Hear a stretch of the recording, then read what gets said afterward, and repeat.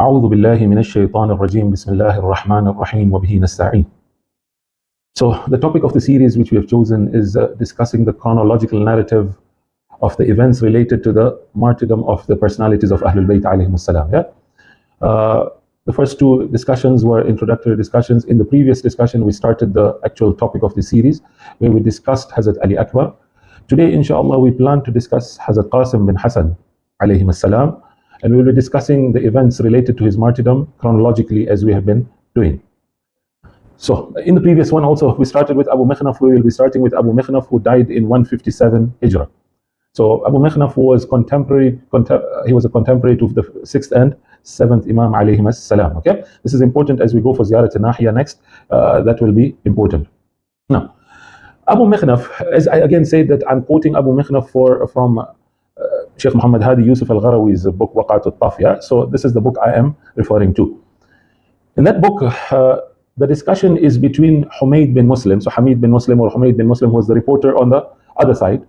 He is having a discussion and a dialogue with, he is describing how Qasim is coming out, and then he'll have a dialogue with the killer of Qasim alayhi salam. So this is how he starts. He says, Humayd bin Muslim says, Kharaja ilayna ghulamun. This word ghulam is also important. That a ghulam came out. So he came to the battlefield. Now, ghulam is a young boy, a youth, a young boy. Now, what age? The earlier narratives don't mention the age. As we go further, you will notice the age becomes a bit important for them. But in the earlier narratives, you will notice that they just say that a ghulam came out, a youth, without mentioning the age. So can it be 11? Can it be 12? Can it be 13? Can it be 15, 16? This is something which depends on the definition of ghulam, okay? He says, كَأَنَّ وَجْهَهُ شِقَّةُ قَمَرٍ. He was bright and radiant like a moon. This is a boy, he is coming out. So this is Humayd describing Qasim coming out towards the battlefield. وَفِي يَدِهِ سَيْفٌ. He had a sword in his hand. عَلَيْهِ قَمِيصٌ وَعِزَارٌ وَنَعْلَانٌ. Now he describes the details also of how he came out. He had a shirt with him. He had a loin cloth. What do you say? Izar. Okay, the one which is worn as a cloth. That's what the Arabs would wear. And then he even says he had na'lan, meaning he had slippers. He had two slippers. And then he even mentions very clearly that one of the straps of one of the sandals was broken, and he says that I will never forget that it was the left one. Okay, this is how much in detail he is describing. So now the discussion comes between Humayd and Amr bin Sa'd bin Nufail al-Azdi. He is the one who is going to hit Qasim alayhi salam. Okay, so now he says فَقَالَ لِي. This Azdi person told Humayd, I am going to attack Qasim. So Humayd says, Subhanallah, وَمَا تُرِيدُ إِلَى ذَلِكَ. Why do you want to attack this boy? Okay, this boy has been surrounded by people and has been surrounded by the army. Why now do you want to take a step to want to even go and hit him and kill him? So this Amr Azdi, he keeps on insisting that I'm going to charge on him and I'm going to hit him. Okay, so فَشَدَّ عَلَيْهِ فَمَا وَلَّ حَتَّى ضَرَبَ رَأْسَهُ بِالسَّيْفِ. And Amr, he went and he hit Qasim, and he hit his head with his sword. This is very important. As we go further, you will see the narrative a bit adding up. Okay, so he hit his head with the sword. فَوَقَعَ الْغُلَامِ لِوَجْهِهِ. And this young boy fell on his face. فَقَالَ يَا عَمَّا. And then he calls out to his uncle. Okay, this is the narrative Abu Mikhnaf is sharing for the battlefield to where Qasim came. Now, these words are important. As we go to Ziyarat al-Nahiya, you will notice this is some observations you need to have as a researcher when we come to Ziyarat al-Nahiya. فَجَلَّ الْحُسَيْنِ كَمَا يُجَلِّ السَّقَرِ. Imam ran, okay? He galloped towards the battlefield like a falcon or an eagle would gallop towards his prey or something. Rather, the narrative of Abu Mikhnaf says he even went like a fierce lion, an angry lion going towards the prey which he's going to prey. Yeah? And then فَضَرَبَ عَمْرًا بِالسَّيْفِ. Now, when Imam goes, because Amr had hit Qasim, because Imam went so fiercely, he hit Amr also. So the narrative of Abu Mikhnaf says that he managed to blocked with his elbow, but the strike was so hard that it went through. Okay, this is the narrative. As we go further, you will notice the narrative also changes. Now, again here also, وَجَالَتِ الْخَيْلِ فَوَطِعَتْهُ حَتَّى مَاتَ. Okay, this word حَتَّى مَاتَ is also important, because as we go further, you will notice the narrative also changing again. Now, Abu Mikhnaf doesn't tell us that how did the cavalry and the horsemen came with their horses towards the battlefield. He just says the cavalry and the horsemen came with their horses, they trampled, and the person died. Okay. Now, the understanding all earlier narratives have till the 8th, 9th century, as we go further, we'll see, is this, that when the horses came, They trampled Amr, who was the killer of Qasim. Okay, not they didn't trample Qasim, they actually trampled Amr. Okay, and this is something scholars and researchers have mentioned. Sheikh Shahri also mentions, as we go further, we'll see that the authors of Maqtal al-Jami, which is a very good researched book, which is 2 volumes, it runs around in 2,000 plus pages. It's a very good research done by 9 to 10 scholars. They also, on volume 1, page 80, they say that there is a mistake which has been made. Rather, when we go further, we'll say no, there's an addition which happened, and that is where the mistake happened. The trampling happened on Amr, not on Qasim, as the current mainstream understanding is. Yeah. Then the narrative of Abu Mikhnaf goes on, when jallat al-ghabara, and then the dust settled, because Imam now charged, the dust was there and the dust settled, and Imam was standing by the head of Qasim alayhi salam. Now, wal ghulam, notice these words, okay? This is important as we go further. Wal ghulam yafhasu bi rijlayhi. This boy Qasim was moving his legs maybe with pain. You know, the last moments of life, you actually move a lot with hurt, yeah? So Imam turns back and talks to him and says, "Bu'dan liqawmin qatalu." Qasim, may Allah destroy the people who have killed you, okay? Ruin and destruction be on the people who have killed you, because they will now face the Holy Prophet on the day of judgment. And then this is the statement which we also even mentioned in Hazrat Ali Akbar's narrative. Notice, this is a very natural narrative. There in Hazrat Ali Akbar's narrative, we had mentioned that the likes of Allama Majlisi bring up the whole issue of istighatha. Yeah? Here, notice, the same words have been used there, the same words are being used here, but with a very natural narrative. Azza wallahi ala ammika an tad'uhu fala yujibuk.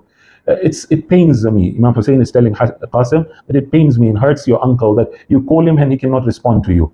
And even if he responds to you, la yanfa'uk, it's not benefiting you. Okay, and then Imam gives a reason. He says, Wallahi, kathura watiruhu wa qalla nasiruhu. The people who have come to fight me have so many, and I have few companions, and that's why I cannot help you, O Qasim.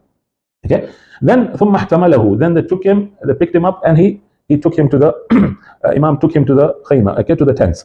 So Humayd is saying, فَكَأَنِّي أَنظُرُ إِلَى رِجْلَيِ الْغُلَامِ, as if I was looking at the legs of the boy, this young boy. They was dragging on the earth, and Imam had kept his body to his chest. These are the actual wordings. And then Imam says, أَلْقَاهُ مَعَ إِبْنِهِ عَلِيِّ بْنِ الْحُسَيْنِ وَحَوْلَهُ قَتْلَى مِنْ أَهْلِ بَيْتِهِ. This is important also, that Imam kept him, his body, Qasim's body, besides Ali Akbar, and some of the other martyrs from the Ahlul Bayt alayhim salam. Okay, I'm stressing on this because as we go further, you will notice this is a discussion within scholars as to Qasim, when did he go to the battlefield? Was he second? Was he third? Was he later? Okay, this becomes a discussion. This is Abu Mikhnaf's version and narrative. Okay, now come to Ziyarat Nahiya. Okay, now before I get into the actual statement of Ziyarat Nahiya, there are a few points which I would like to make. These are points, I'm not making any conclusion on them, nor am I giving my opinion. What I'm saying is these points are research points. Okay, until these points are not researched, we don't have a conclusive answer on these points.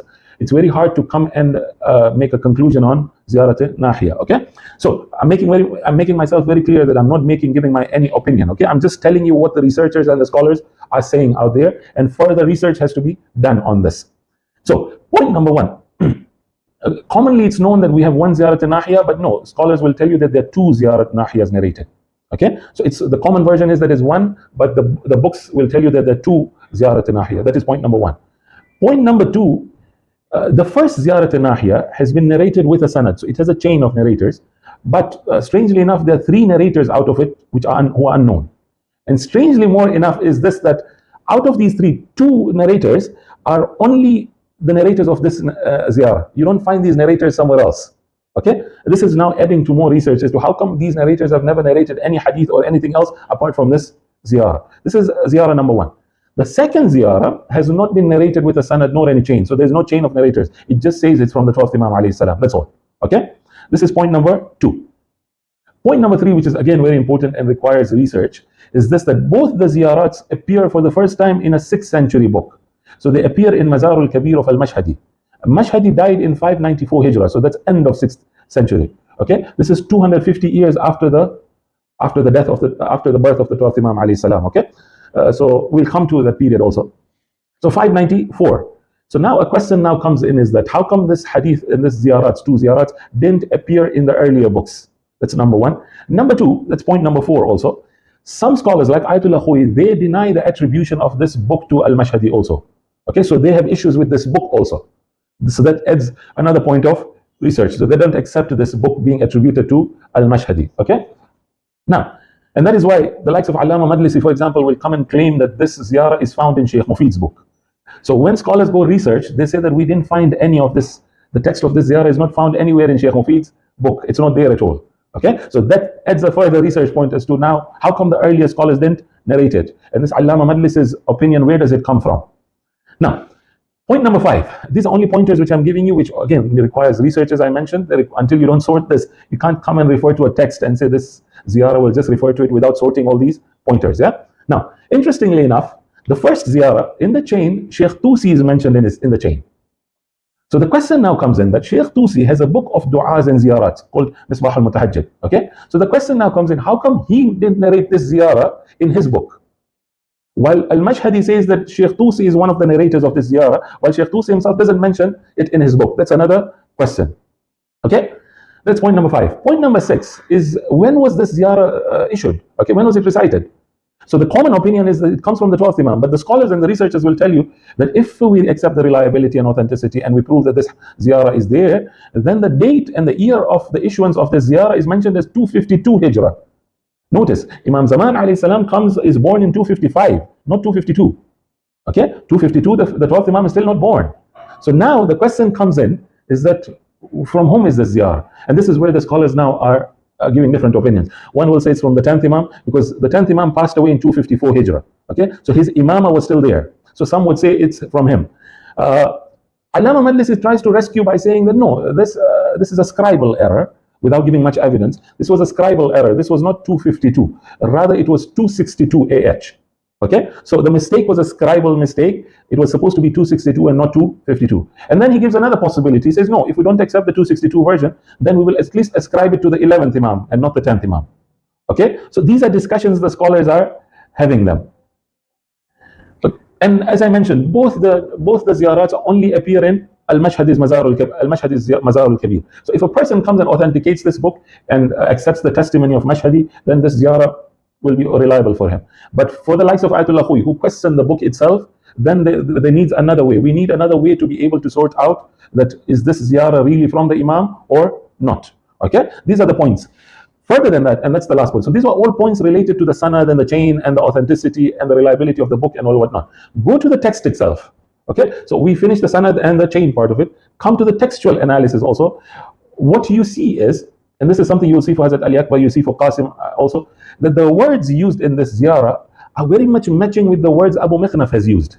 Okay, so you refer to Abu Mikhnaf's narrative, and that's why I told you, listen to the words of Abu Mikhnaf, and then you come and look at these words. Okay, notice. حين نادى الحسين عمه فجلى. Okay, this was there. فجلى عليه عمه كالصقر, as if a falcon is running towards his prey. وهو يفحص برجليه التراب. He is kicking his leg on the earth. This was the same wordings which Abu Mikhnaf also brings. Okay, والحسين يقول بعدا لقوم قتلوك. Okay, these are similar words used by Abu Mikhnaf. So a question now comes in. Abu Mikhnaf was at the time of the 6th and the 7th Imam, so he didn't meet to the 12th Imam.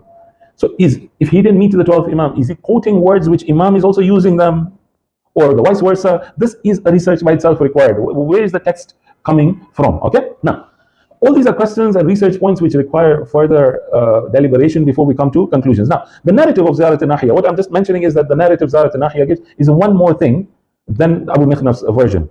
As-salamu ala al-Qasim ibn al-Hasan al-maslub la, so it says al-madhrub ala hammatihi al-maslub la matuhu. Okay, so the first portion we saw, who was struck on his head. So salam on Qasim, whose head was struck, but whose armor was also looted. This is something we don't have it in the earlier narrative, that his armor was also looted. Once he was martyred, his armor was also looted. And this is Ziyarat al-Nahiyah. Now, is it from 10th Imam, 11th Imam, 12th Imam? Again, these are all discussions, as I said. Yeah. Now, come to Ibn Sa'd in his Tabaqat. In year 230 Hijrah, as I said, he's a Sunni historian accepted by the Sunni Muhaddithin also.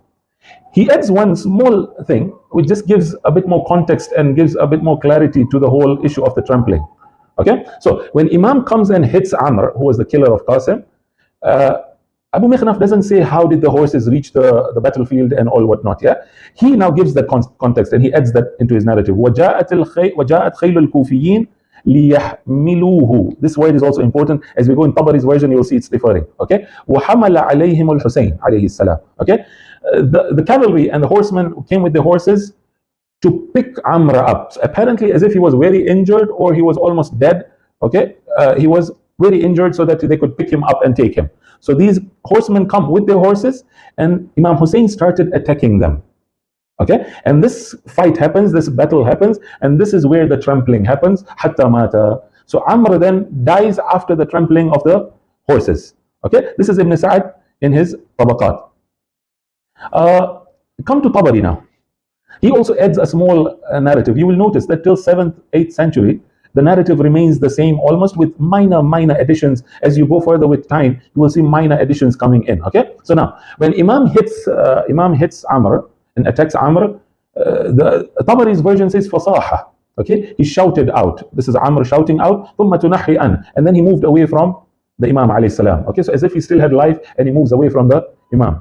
Now look at the wordings of Tabari. Are they differing from Ibn Sa'd's wordings? I don't know. I feel they are. Okay. وحملت خيل أهل الكوفة ليستنقذوا عمرا من حسين.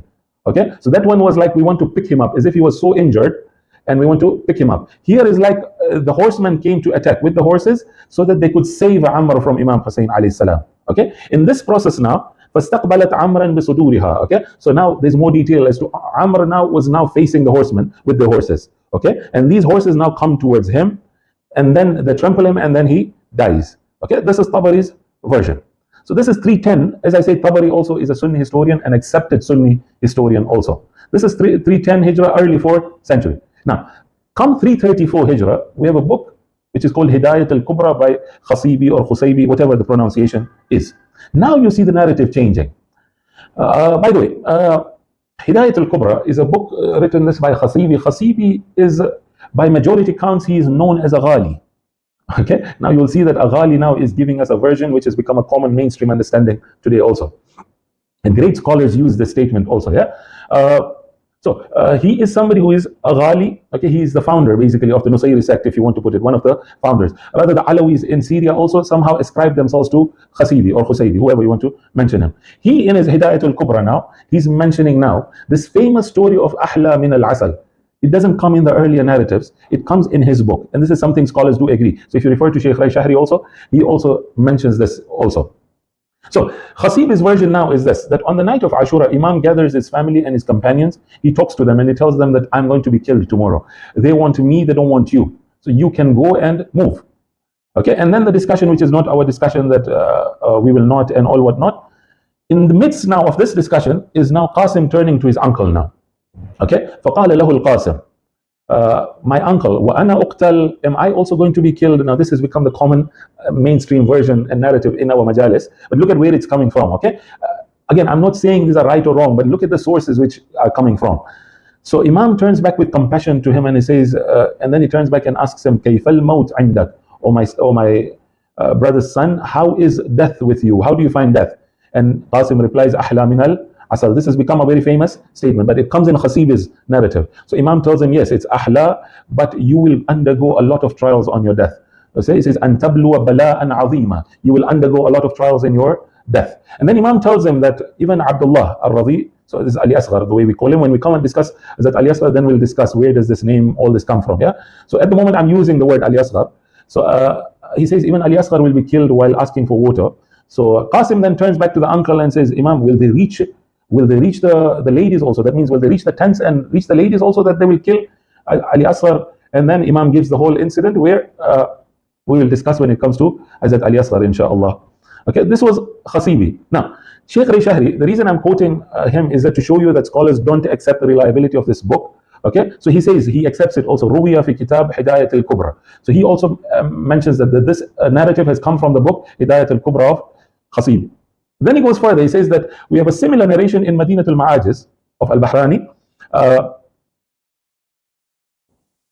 I'm confusing Bahrani or Sayyid Ni'matullah Jazairi. Okay, either of the two. Yeah. He says this riwayah has been mentioned, and this narrative has been mentioned even in Madinat al-Ma'ajiz.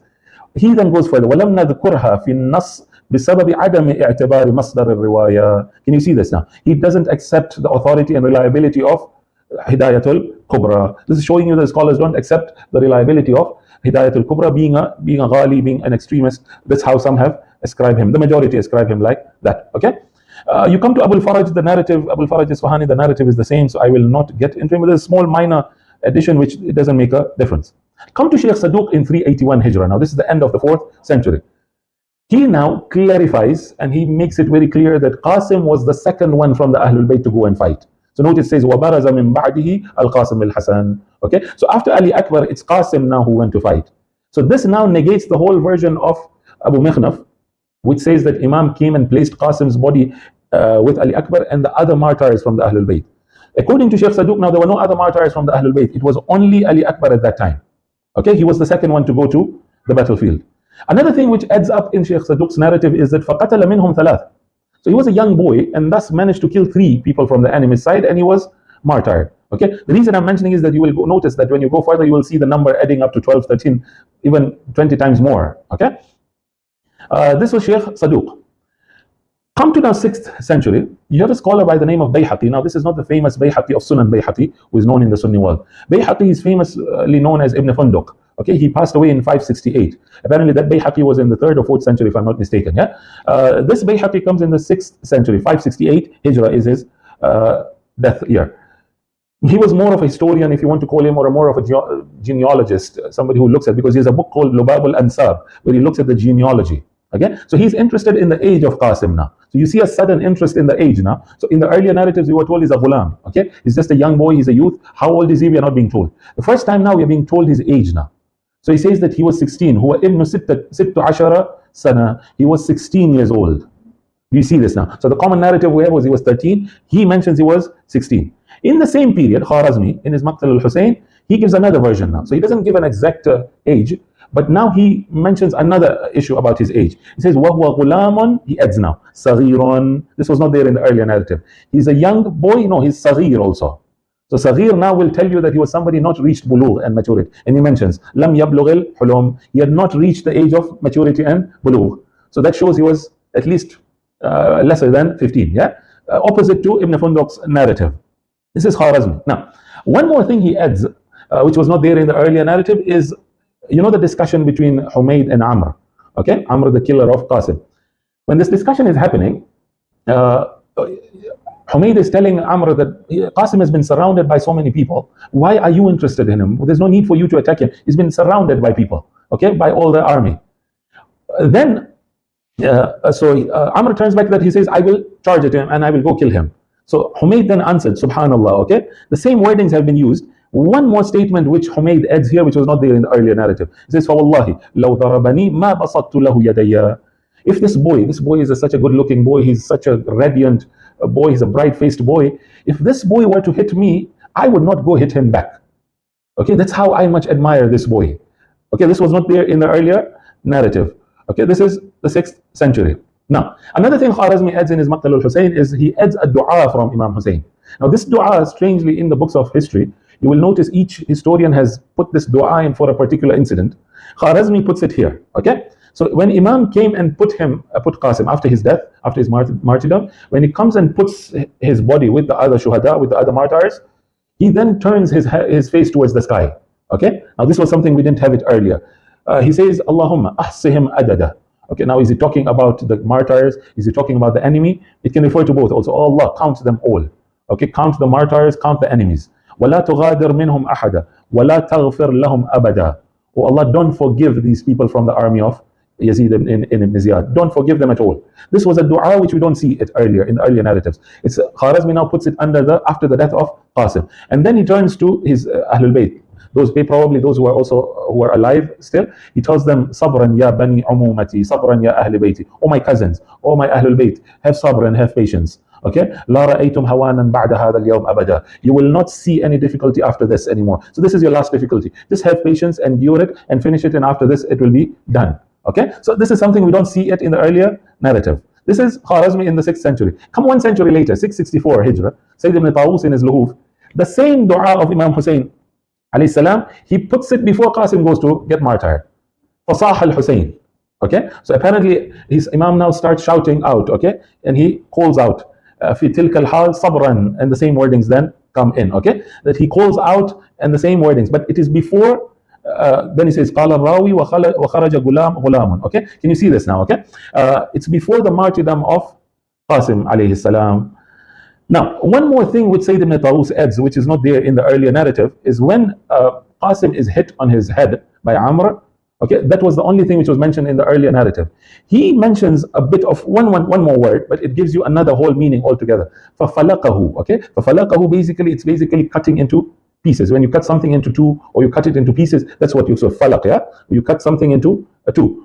So he adds this narrative into his, he adds the statement into his narrative that the strike was so much that it cut him into two or into pieces, okay?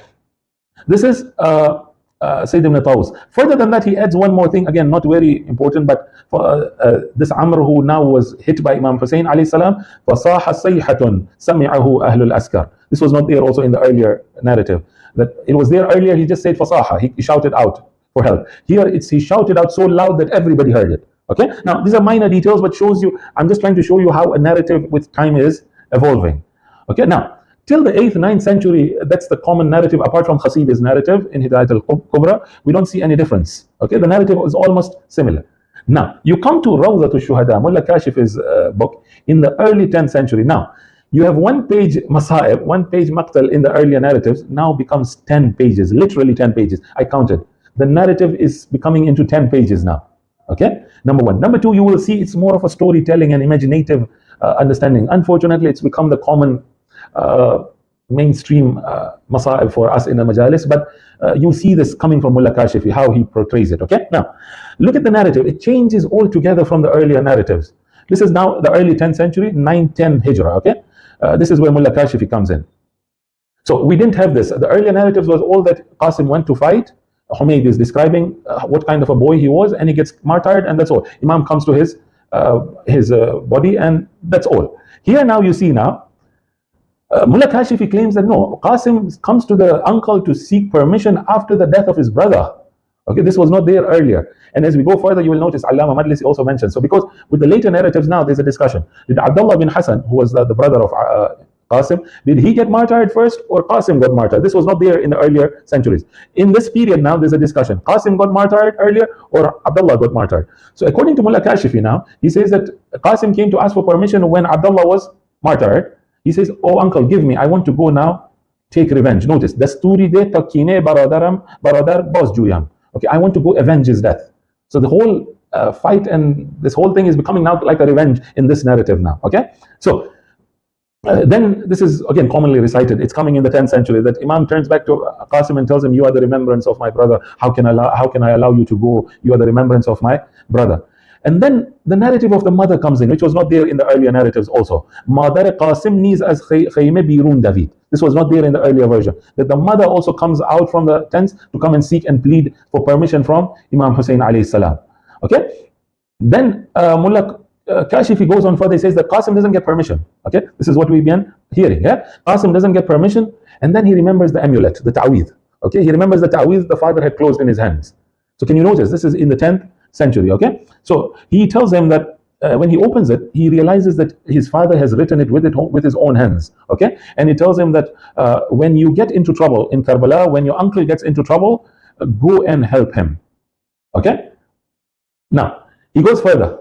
He says, even if you are prevented from going to the battlefield, you have to insist and persist that you have to go and fight. Why? Because sacrificing your life for Hussein is the key to the gate of martyrdom and the means of attaining divine fortune and eternal happiness. This was something we don't see it earlier now. And this very much matches with the introduction which I gave in the first lecture of Mullah Kashifi in his Rawdat al-Shuhada. The whole world is created for Imam Hussein alayhi salam. This is it. Okay? He's matching it with his understanding also. Now, when Qasim opens this letter, he gets happy now. Okay, now I'm going very quickly, sorry, because there's so much to mention here. Qasim gets happy by reading the will of his father and takes it to his uncle. So when he takes it to his uncle, the uncle also, when he reads it, he says, okay, you want to act upon the will of your father left a will for me also in regards to you. So what is it? He says, let's go to the tent and we'll act upon the will. Okay, and this is where now the whole discussion comes in, is that Imam makes him wear new clothes now. Now, there's a discussion, new clothes were there or they brought up or whatever, okay? Imam makes him wear new clothes and then he conducts a marriage ceremony with his daughter. So he gets Qasim married to his own daughter, and that's where the marriage ceremony takes place. And he says, this was the wasiyah and the will of your father. Okay? So now, these two become husband and wife in the tent. So they're holding each other's hands. This is the wordings. Huh? I'm not making up the things. They're holding their hands, and suddenly a voice comes up from the enemy's side and asking for a warrior. So the enemy's side is calling out, are there no warriors anymore? And this is where Qasim now leaves the hand of the wife and says, I'm going to now fight. Okay? So now the wife turns back. So he turns back to his wife and says, Qasim turns back to his wife and tells him that our marriage okay, leave my hand because our marriage now will take place on the day of judgment. So Qasim's wife turns back to him and says, but how will I recognize you on the day of judgment? Okay, you're leaving me like this, how will I recognize you on the day of judgment? So basically he tears up the sleeve of the shirt and he says, you will find me with the torn sleeve or a torn shirt. That's how you will find me on the day of judgment with my grandfather. Okay, and then after this, Qasim is now going towards the battlefield, and Imam now sees him and he tells him that you're going with your own legs to your death. He makes him wear clothes like a coffin and gives him a sword. Okay, now here is where now when Qasim goes, this is the first time he goes now to the battlefield, he is now killing so many. As we had mentioned that Sheikh Saduq said he killed only 3. Okay, here he said he killed so many. Okay, look at the version he puts up. He says, Ta bisiyar sar as tan berbud wa bisiyar deliran ra as John bar ovard. Okay, he killed so many. Now the number is also not mentioned. That's how many he killed. Okay, and then a very brave face of Qasim is being portrayed now. He's a very brave warrior. He's somebody who is now up for fighting, which was not there in the earlier narrative. Okay, this is now when Qasim comes to the battlefield, he asks for a warrior. Nobody is ready to even fight him. Something we didn't get it earlier. Okay, the earlier narrative was that he just killed 3, and that's how he was martyred. Here now you see that he's coming and asking for a warrior, and nobody is ready to confront him. So what he does is he goes back to the tent. Okay, when he's asking for a warrior, nobody comes to fight him. He goes back to the tent where his wife was crying. So he goes, he wishes to see her, she wishes to see him, and they bid farewell with each other, and he goes back to the battlefield for the second time now. Okay, all these narratives were not there in the earlier versions. Okay, then Qasim comes to the battlefield again, asks for a warrior, nobody responds. So Umar ibn Sa'ad tells Azraq. Now apparently Azraq is a Syrian who was known for his bravery. Now this requires research. But this is exactly what he says. He was somebody who was very brave. Okay, so Ibn Sa'ad tells Azraq, you go fight him and you go kill him. So Azraq, seeing that this is a young boy, I cannot fight him. Me, the brave warrior, how will I fight him? So he starts sending his own sons.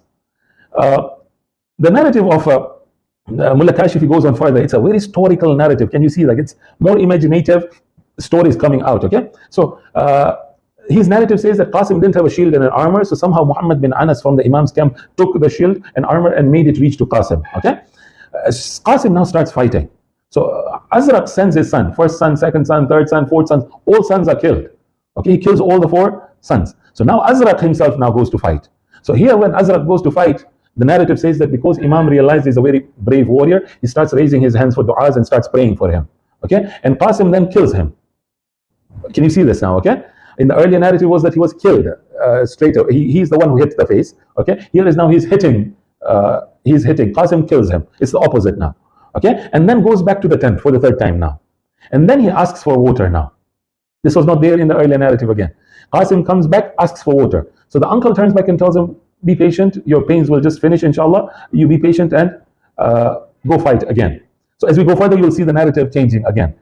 Imam then tells him, "Go. Your mother is crying." Okay. Notice, بورو که مادرت در فراق تو میگرید و میزارد. Okay, she is just crying. Please go. Okay, and this is where he now goes to his mother and his wife and tells them, please have sabr, and he goes to fight. Okay, now here is where he falls now. So for the 3rd time when he goes to the battlefield, now he falls down. His uncle reaches him. Now look at the narrative changing now. Imam hits the killer. Okay, in the earlier narrative, Imam hits the killer, but the killer doesn't die. It was the trampling which killed him. Here, he falls, he calls upon his uncle. When the uncle reaches him, he hits the killer and chops his head. Okay, he kills him and he hits his head and he kills him. Something we don't have it earlier.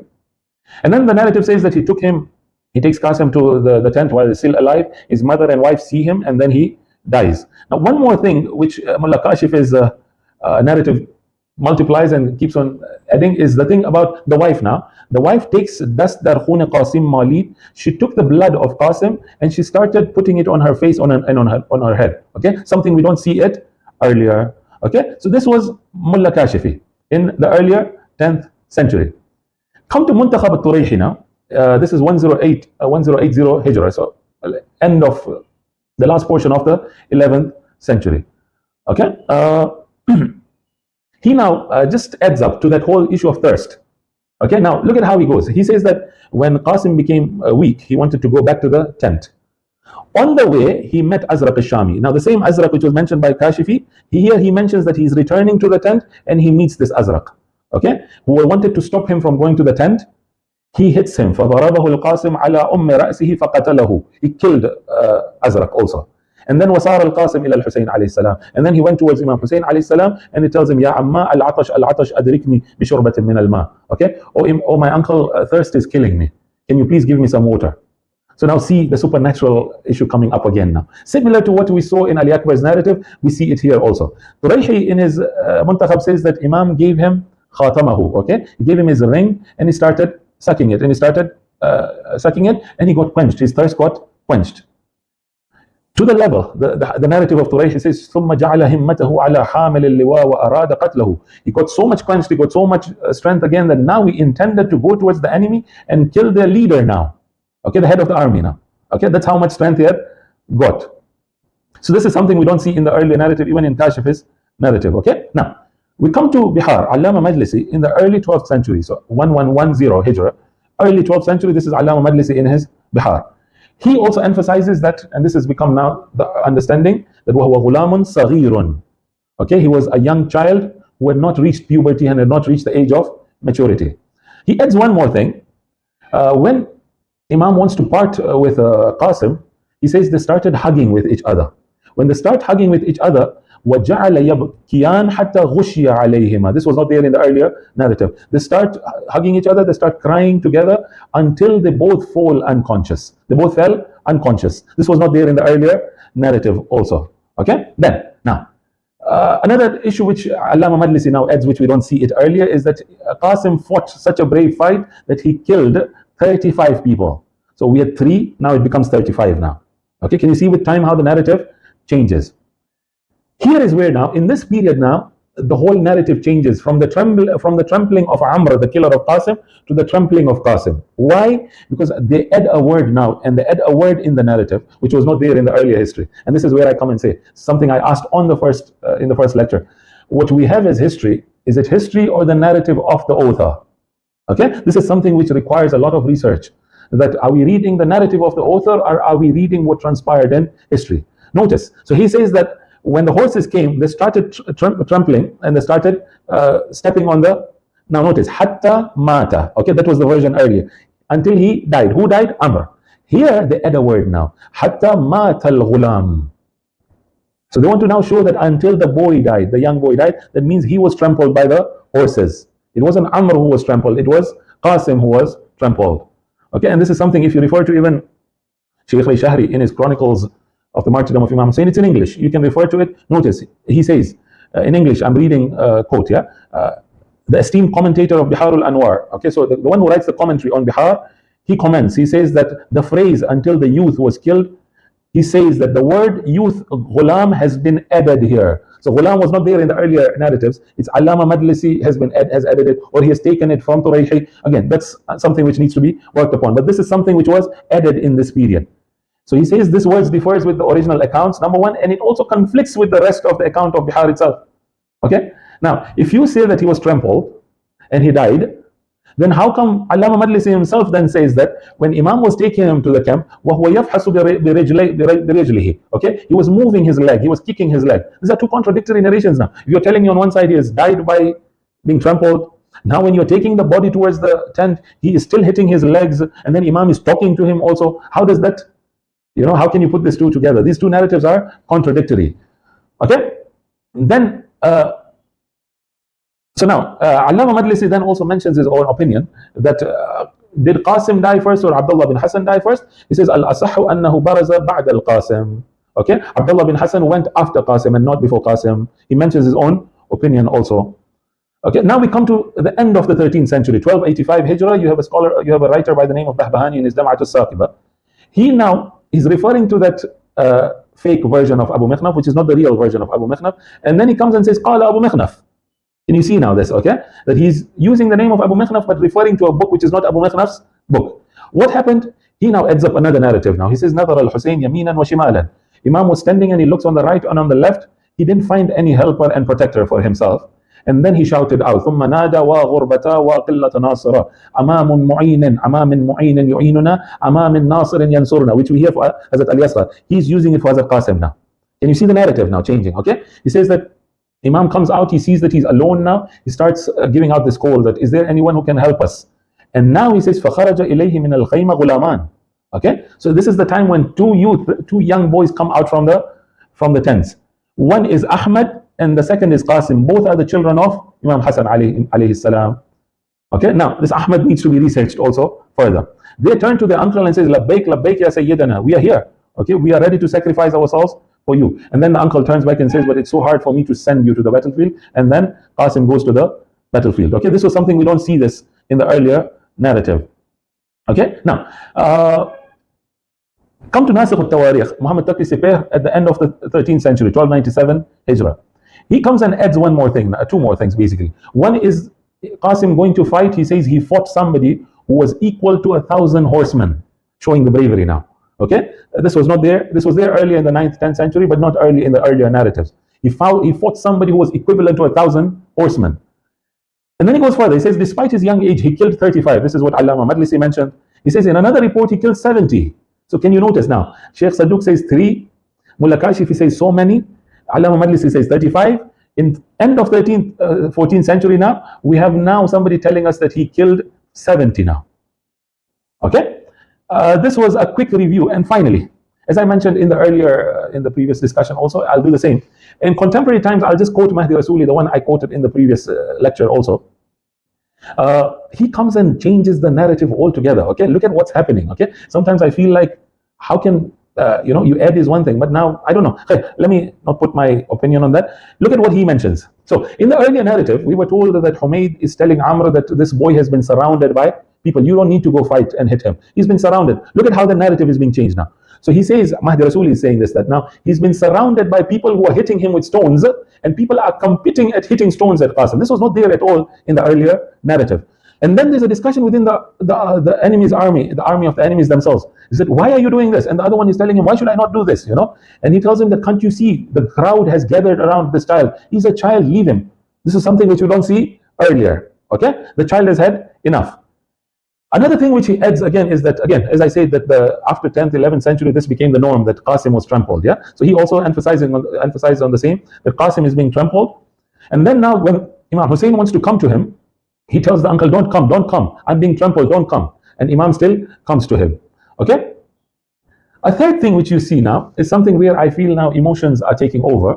And the reason is this, because in the earlier narrative of Mullah Kashif, you saw the wife and the mother.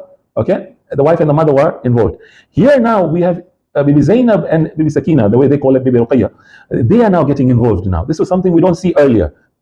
But the Iranians, because of the emotional attachment, that's what I'm feeling, of the emotional attachment they have with these two ladies, they keep on coming back in the narrative again and again. So notice, when he comes back to the, Imam brings him back to the tent, Amme Zainab tu ye suratish mizad. Oh, and then she used to say, Wa Hasana, Wa Hasana. So she used to hit her head and she would cry out, Wa Hasana, Wa Hasana. Ruqayye girye mikunat. Ruqayye also, Bibi Sakina, the way we call her, she was also crying. And then he goes on describing now the trampling. He says, the trampling of the horses was so much that he had been trampled to the last level. That's how he puts it. Now, where does he get it from? We don't know. Okay. Now, one interesting thing he adds, which I don't know where does he come up from with this. Imam, when it comes to Qasim turns back to Imam and tells him that Ammu, Aram bagalam kun. Okay, carry me gently, as if I'm hurting. Please carry me gently. Now, the interesting part is here. I don't know. He says the uncle now, Imam Hussein, turns back to Imam Qasim, Hazrat Qasim, and tells him, Yekbar bima baba na gufti. You never called me Baba and Father anytime. This was not there at all in the earlier narratives. Okay, you see something new altogether coming up. You never called me Father. So Qasim turns back and says, Ammu sada zadam babam biyad. So I called you as an uncle and I knew my father will come. So as if he's using the word father and intending that my uncle is my father. Okay, this is a summary, if I can put it, of the narratives which was there from the 2nd till the 15th century. In conclusion, again, you notice that in Hazrat Qasim's narrative, it's more clear that the narrative till the 7th, 8th century is more realistic, more historical, if you want to put it. You go from the 9th, 10th century onwards, it becomes more historical. Okay, it becomes more imaginative. Now, right or wrong, as I said, I'm not into that. Okay, it's for you as a person who is listening and researching to get into that. But you see this very clear shift of the narrative. Okay, and this is what I have been trying to prove from day one. And this is a question I keep on asking as a researcher, as somebody who we want to go and research into historical matters. Are we reading the history, or are we reading the narrative of the author himself? Okay, this is a question I keep on asking now and again. Let's pray to Allah. By the way, something in the end I would just like to mention is that I'm sorry, I need to give conclusions also in terms of a chart. Inshallah, if that somebody can make it up, somebody, or later if we get time, we can make that. We can make a chart where the details changing with time can be mentioned. Okay, this will make it very clear for those who want to understand that in the 2nd century this happened, and then, for example, he was called a youth. But in the 6th century, you see that the youth becomes a 16-year-old youth. Okay, the age is given. Okay, the mother is not there earlier, the mother is there later. The wife is not there earlier, the wife is there later. Where does this come? Where does the marriage happen? All these details, if can be made into a chart, it makes more sense. It'll be easier to refer to. If we get time, inshallah, we will end up doing that, inshallah, sometime in the future. Let's pray to Allah to give us the tawfiq. Again, the dua of the Prophet was that Rabbi arini al-ashya kama hiya. Oh Allah, show me the things the way they are. And really, we live in a world where realities are blurred now. So we ask Allah to show us the reality the way it is, and we pray for the madhlumin of the world, all those oppressed in the world. We're hearing news now and again. Now we're hearing news that they want to enter into Gaza and wipe out this. I don't know where is the world sleeping. They're just giving statements without any action. The same thing is happening now. There are talks going on that they want to relocate the Palestinians in Sudan now. The Sudanese themselves are undergoing troubles. Now we are now sending them there. Allah help these madhlumin and these oppressed of the world, and inshallah, Allah do something with these oppressors, inshallah. Let's keep on praying for them. Wassalamu alaikum wa rahmatullah.